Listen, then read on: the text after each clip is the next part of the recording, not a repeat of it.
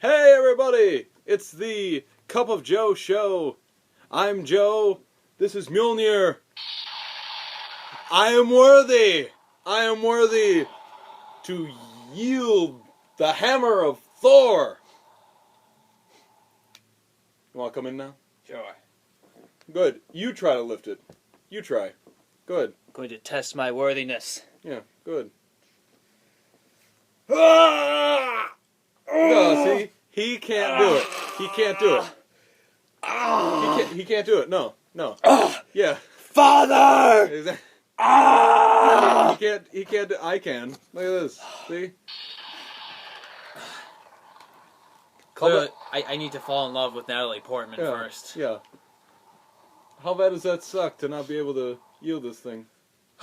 Well, I guess I have to see Thor: The Dark World Yes, in theaters. Because I have last night already. 8:30. One of the first people in the nation to see it. On Thor's Day, no less. Which is actually, fun fact. Go ahead, share your fun fact. Thursday is named after Thor. There you go. There you go. Maybe you people already knew that. I didn't know that. You know what's hilarious too is that instead of wield, I've been saying yield.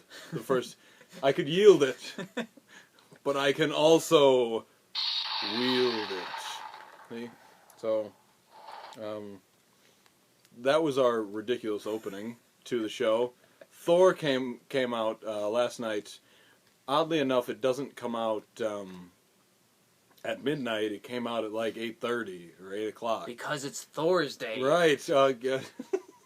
I doubt they Yes. did that on purpose. Yeah. It's becoming an increasing trend with movies to tack on some late Thursday night showings. So eventually, movies are probably just going to launch on Thursday Right? anyway. Yeah. Because it used to be midnight. Now it just keeps getting pushed back more and more. Right. I'm with you. So that's odd. I'm just wondering if other movies are going to be at midnight, maybe a little bigger. No, Thor's pretty big though. I don't know. Well, but anyway. One question: if Thor is holding this hammer, Yeah. and someone picks him up, Mm-hmm. like, aren't they technically picking up the hammer? Yeah, I never thought about that. Yeah. But I guess they're wielding Thor and True. not the hammer. I don't know. Maybe they wouldn't be able to pick him up. True. Yeah. Because, I mean, we've seen the Hulk try to lift it, and he couldn't. So. Yeah. He went into the ground. Yeah. So, I don't know. Think about that. Look it up online. I don't know. Maybe there's not a even an comic that answer. addresses it. Yeah, there could be a comic. They cover everything. So, look it up and, tell us, tweet at us, like us on Facebook and comment, comment on one of our blogs on cupofjoe.com. And, fill us in. If Thor would be able to be picked up as he's wielding his hammer. It probably happens in the movies at some point, too. We just don't really think about it. Anyway, that was our ridiculous opening. It's now over. Thor has happened. I saw it with my work colleague, Tammy Royce. She very much enjoyed it. Especially, I'm sorry to ruin it, the 12 to 15 second shirtless scene with Chris Hemsworth. And that'll make people go see it. Anyway, what shall we discuss? You see, we didn't see a movie other than Thor. I saw Thor. He did not see Thor. So we're not going to discuss Thor this week. The one thing I will say is that it was good. That's it. But that's all I'm going to say. Go see it, and we'll discuss it next week. Now, what would you like to get into first? Okay, well, first of all, a big trailer came out a week or two ago, and that was for X-Men: Days of Future Past. And so kind of want to launch into a discussion of what Days of Future Past means for movies and what other studios are trying to do, in that there seems to be a certain trend lately because of the success of the Avengers franchise to do these, big team-up things and, just bring everyone together. The Avengers was hugely successful. DC and Warner Brothers are trying really hard to do a Justice League thing. It's not coming together too well so far, so they've kind of fumbled it a little. So it'll be interesting to see if Fox and X-Men can actually pull off the team up thing well. Yeah, tell you the truth, the trailer looks great. It really looks incredible. We'll put a link in the description. Yes, definitely. So, I mean, and I would definitely give that a watch because it really is fantastic. I don't know if it's just because there's so many people in it. I don't know if it's the music, but I guess it's probably everything. I'm trying to like look past the fact that there's so many people in it to see if the trailer actually is good, but I can't do it. It looks fantastic, and I'm already very excited for it. So I like what they have here, and I think it'll do pretty well. Oh, looks like my car might be done being inspected. Oh. But they're gonna have to wait. It's mid-show.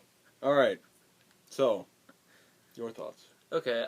Yeah, like you said, I thought the trailer was really good. There's one part in the trailer. It's like 2/3 of the way through. You know that part where Wolverine says, "Patience isn't my strong suit," Right. and then it just like cuts immediately to him screaming. Yeah, and then it just like the music just comes in. There's no like swelling up of the music. No like it just kind of just happens, and it's just like very sudden, and it just seems like a weird editing decision. But other than that, yeah, the trailer's really good. It does a good job of establishing things, of showing you all the mutants, old and new, and everything. And so there's a couple seconds in there where like X-Men fans are going to be like, "Oh man, it's Bishop and Blink! Yes, they're in the movie," which is cool. So there are going to be some new mutants in there and everything. The thing that worries me is that, especially since there hasn't been a whole lot of build-up and establishment for this movie, aside from, spoiler alert, a little post-credits scene at the end of the Wolverine, that there won't be enough time for all the characters. And I also worry that once again Wolverine is. I mean, I love Wolverine, but he was basically the main character of the original X-Men trilogy, and then he's had 2 of his own movies. So it would be nice to let other people shine a little for once. That's true. No, I agree. I agree with that. I don't really have anything to add. Yeah, I think they really are. I didn't really think of that point. That's a good point. I don't know why I'm still rambling about that good point, but he makes good points. So now you want to get into a little bit of the team up thing. Justice League's trying to get something together. Yeah. I don't know how well that is coming together, but they're trying. Everyone's trying to do the Avengers thing that worked so well with them. And well, I don't mean to cut you off, but Go. even if you look at the early going of the Avengers thing, it was a little rough. We had 2008 Iron Man that launched things off, and then later that year, the Incredible Hulk came out, and the Incredible Hulk was met with a much better reception than the 2003 Ang Lee version, but nobody was like, "Oh man, that was a great movie." So, and it hardly feels like that movie is tied to the rest of the franchise, because it starred Edward Norton, but then Mark Ruffalo came in to replace him, and like no characters from the Incredible Hulk have come into any of the other movies. There's been no, I forget her name. What was the name of Liv Tyler's character? Betsy Ross, I think that was it. Or no General Ross, no Abomination. right. And so it just feels like that's not really connected that well. So even in the beginning of that, things were a little rough. But then once Captain America and Thor started coming out, then the universe really started coming together, and that's why I think DC can bring this together. But it's gonna start with Batman versus Superman, and that has to go well to establish that universe. See, and that's the thing. That's why I don't see DC working. It hasn't had that. It needs the Thor and Captain America.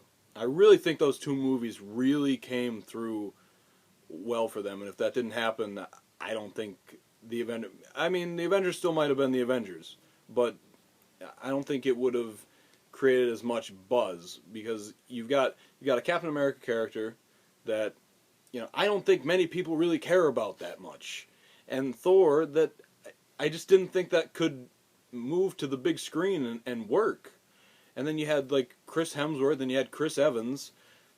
Chris Evans was already the Human Torch, and then Chris Hemsworth was a nobody. I know. He was in. No, he was a nobody. That was his breakout. Yeah. Role. So, and then that all came together, and those were two really solid movies.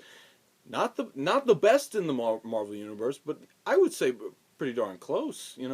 And I forget about Spider-Man, but that's completely different. And the thing about Thor and Captain America is that, even though Captain America took place back in the 1940s, like, you got the feeling that they were part of the same universe and everything, right. and it helped that, Nick Fury was showing up in all these different movies, showed up in Iron Man 2 at the end of Captain America, spoiler warning, but if you don't know that by now, you should, Mm-hmm. and, so, and Agent Coulson was in Thor, so, there are all these things throughout there, and there's that one joke in Thor where the Destroyer comes to Earth, and the S.H.I.E.L.D. agents are like, is that one of Stark's?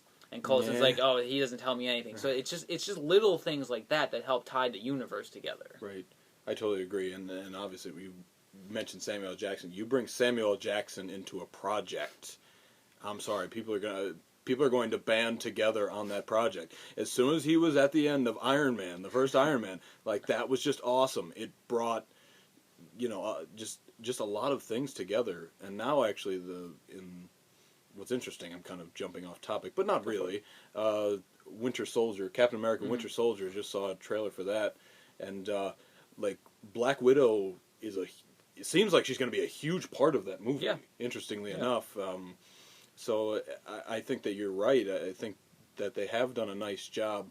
I don't think they did a nice job with Iron Man 3, but that's a separate issue, because Iron Man 3 was just not a really good movie.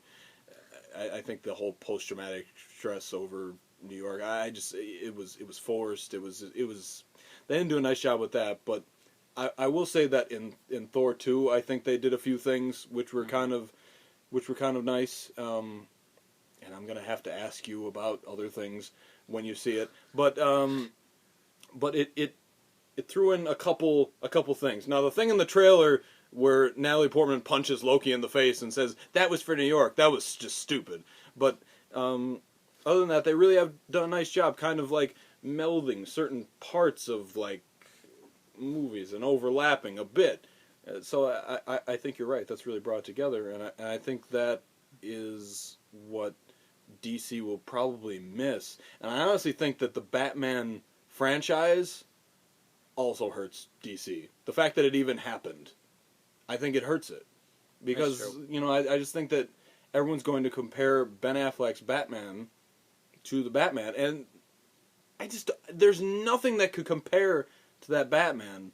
And the only way is that if you completely separate yourself from the trilogy, the Nolan trilogy, and this is a different universe. And it is a different universe. Yeah. But it's difficult to... I just think that's going to be too difficult to separate. Well, I mean, it's just hard because the Christopher Nolan Batman franchise literally just ended. So people that aren't as up on movies as, me and Joe are going to be like, so wait a minute, why is there a different Batman? It's just like, what happened to Christian Bale? Like, and it's kind of confusing because it was, if the Nolan trilogy didn't exist and like the last Batman movie we had gotten was Batman and Robin back in the 90s, then, people would have forgotten about it and they'd be ready to move on, but it literally just ended. So, it's difficult to move on. Yeah, I agree with that. So, I mean, we'll see what happens with that. I am excited to see like where those go, both of those team-up movies, and obviously the Justice League still has a long way to go. Yeah, that's true. They can't afford to have another Green Lantern type movie. So the nice thing about Days of Future Past, though, is it doesn't really require the build up in the individual films. It's pretty much going to do all its backstory in just one movie, and I think it can. It'll probably have to be like 2.5 hours, but it can definitely do it all in one movie. Right. And the thing is like we already know all the characters from the original trilogy, and I think it'll mostly take place in the past with the X-Men First Class cast. I could be totally wrong on that, but that's the impression I get. Right. Oh, yeah. I'm with you.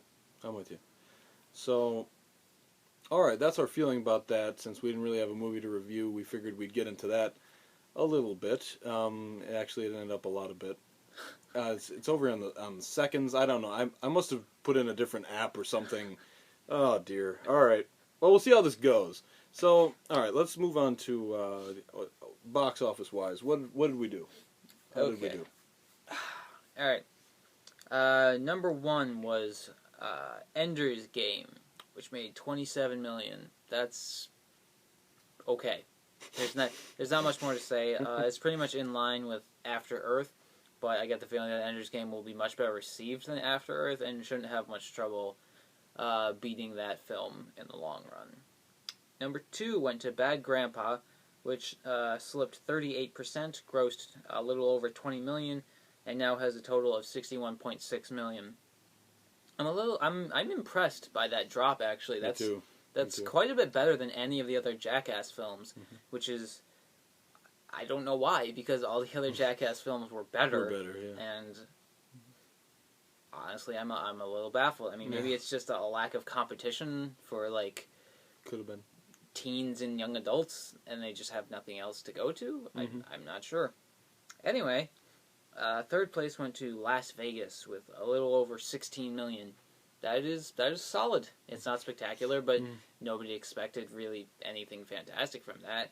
So, yeah, that should do all right in the long run. And then in fourth place, we have Freebirds with 15.8 million. I totally overestimated this one. And, you know, maybe people watched our show last week and they were right? like, Probably. you know, we can't eat these turkeys. They're talking in the movie, and it's like, how can we have Thanksgiving dinner? So I totally agree. I don't know. Thanks for watching last week, and you're welcome. So that's it. Okay, and fifth place went to Gravity, 12.8 million, down 36%, and 218.9 million in total. Seems to be slowing down finally, and it's almost out of the top About time. 5. And so this might be the last occasion that we have to talk about it. Great. And again, I just want to say, didn't like the movie. Probably the most overrated movie of the decade. Gravity was awful. You may hear that on this show for the rest of your lives, so we'll just mention it. It'll be our thing. Oh, by the way, our sponsor, Brita Water filters. And Gatorade. Gatorade. Again. Gatorade they're hanging on. They're hanging on. So they're giving us another week, and we've also picked up Brita Water. Snapple, I don't know. I'm trying to work out contractually, but they just, frankly, they just didn't like the show. So wait, 1,200 seconds would be 20 minutes, right? 1,200 seconds would be 20 minutes. Okay. So we have no time. We gotta roll. Well, we have over. We have a 100 couple seconds. minutes. Okay. Yeah. Okay, so coming out this weekend, pretty much the only thing is Thor, and I feel we've sufficiently covered that. As far as box office predictions go, there was a big jump from Iron Man 2 to Iron Man 3, mostly because of the goodwill of the Avengers, so that should carry through from Thor. So I would say about 90 to 95 million for Thor. 100 million is not out of the question. And then also there's the expansion of 2 other movies into wide release. About Time, which is about the red-haired dude who can travel through time for some reason, and he abuses that to make him fall in love, or make Rachel McAdams fall in love with him. Which is kind of, if you overthink it, much like Freebirds, kind of a disturbing It's messed concept. up, yeah. And then also there's the expansion of 12 Years a Slave, which has gotten tons of award buzz and really great reviews, but honestly, I don't know much about the movie. I got you. Basically, the thing is, go see Thor. That's the most entertaining movie out there. I thought it was very good, but I wouldn't go into it thinking like, oh my god, this is going to be the greatest Marvel movie yet. It was very good. Chris Hemsworth does very well with Thor. I'm very happy they did. But I think the fact remains that Thor is still a difficult character to kind of bring to the big screen, and I think that kind of hampers the movie a bit. But it's still hanging on. It was still very good. So I would go see it. That'd be my suggestion. Okay. Yeah. I think that's it. Cupofjoe.com. We are once again running out of time. Like us on Facebook. Follow us on Twitter. Do something with Tumblr. I'll figure it out one week what you actually do there. Have a wonderful week. Go see Thor.